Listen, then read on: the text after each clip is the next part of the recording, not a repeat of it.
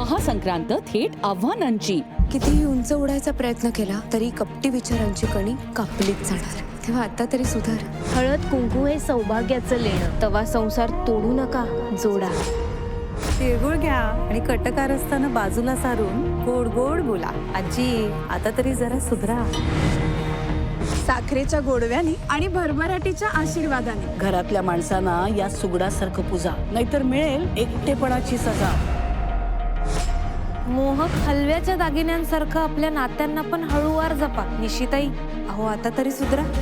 सुख समृद्धीचं वाण घ्या आणि सर्वत्र प्रेमाची, आनंदाची जादू पसरवा.